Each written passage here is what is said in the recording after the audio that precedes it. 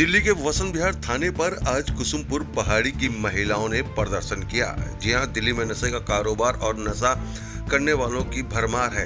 इस नशे के कारण आए दिन आपराधिक घटनाएं होती रहती हैं। पुलिस इस पर कार्रवाई करती भी है, लेकिन इसके बावजूद न नशा कारोबारी कम हो रहे हैं, न ही नशा करने वाले। जबकि दिल्ली पुलिस इन दिनों एंटी ड्रग्स कैंपेन चला रही है। ज़्यादातर नशे का कारोबार झुग्गी इलाके में ही होता है और दिल्ली में झुग्गी झोपड़ी हर इलाके में है। नशे का कारोबार केवल शराब तक नहीं सीमित है, बल्कि स्मैक, गांजा, अफीम, चरस, सभी तरह के नशे का सामान इन इलाकों में खुलेआम बिक रहा है। वसंत विहार के कुसुमपुर पहाड़ी इलाका बहुत बड़ी झुग्गी का इलाका है। यहाँ हजारों परिवार रहते हैं, लेकिन पिछले कुछ दिनों में देखा गया है कि कई युवाओं ने सुसाइड किया है, तो कहीं आपराधिक घटनाएं हुई हैं। पिछले दिनों इस तरह की सुसाइड की घटनाएं और एक हत्या की घटना भी सामने आई, जिसके बाद आज इसको लेकर वसंत विहार थाने का घेराव किया गया। लोगों का आरोप है कि यहाँ पर बड़े पैमाने पर नशे का कारोबार होता है, जिससे यहाँ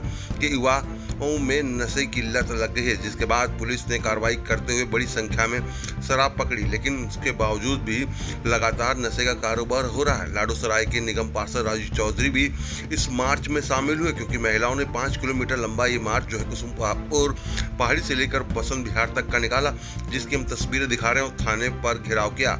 एडिशनल डीसीपी एसएचओ से अपनी मांगे रखी, जिसमें वहां के बीट ऑफिसर को हटाया जाए और पुलिस सुनिश्चित करे कि इस इलाके में किसी भी तरीके का नशे का कारोबार नहीं होगा और नशे का कारोबार करने वालों पर पुलिस सख्त कार्रवाई करे। पुलिस के तरफ से आश्वासन मिलने के बाद ही निगम पार्षद ने मीडिया से बात करते हुए सारी जानकारी दी। तक आप लोग मार्च निकाले? देखिए, आज लगभग 5 किलोमीटर का ये पैदल मार्च कुसुमपुर पहाड़ी से शुरू होकर और वसंत विहार थाने तक आया और इसका जो मेन उद्देश्य था वो ये था कि जिस प्रकार से कुसुमपुर पहाड़ी में नकली दारू, अवैध शराब और अब उससे आगे बढ़कर चरस, गांजा, अफीम ये चीज़ें बिकने लग गई हैं, जिसकी वजह से अपराध की घटनाएं बढ़ती चली जा रही हैं, उसके खिलाफ पुलिस को आज हम लोग अपनी तरफ से जो है ज्ञापन देने के लिए आए थे और हमारी तरफ से एडिशनल डीसीपी साहब से मुलाकात हुई और उन्होंने हमको ये आश्वासन दिया है कि वो जल्द ही 1 महीने 1.5 महीने के समय के अंदर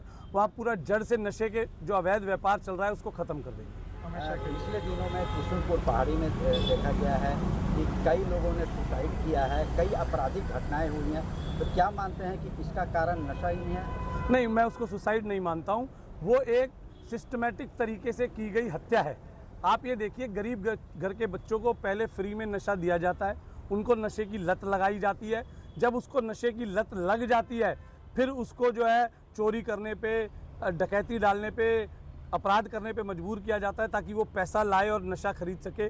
जब उसको कहीं से भी पैसे का इंतजाम नहीं होता है तो फिर अंत में, क्योंकि वो नशे की चपेट में आ जाता है, उसके पास खुदकुशी के अलावा कोई और रास्ता नहीं बच पाता है। तो ये खुदकुशी बिल्कुल नहीं है।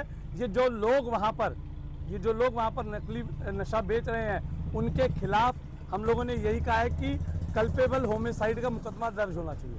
क्या मानते हैं कि पुलिस की इसमें मिली भगत होती है जो नशे का कारोबार जो होता है? देखिए, मेरा तो सिर्फ इतना कहना है कि अगर 3 बच्चे स्कूटी पे बैठ के बाहर आ जाते हैं तो पुलिस वाला फट पकड़ लेता है। वहाँ 5 ट्रक, बड़े वाले 5 ट्रक दारू बरामद हुई है। 5 ट्रक दारू कैसे आई वहाँ पर, किसी की तो जवाबदेही होगी। ये कैसे हो सकता है कि बिना पुलिस की साठगांठ के वहाँ पर 5 ट्रक दारू पहुँच गई? तो ये तो कहने की बात ही नहीं है। पुलिस की पूरी मिलीभगत है इसमें।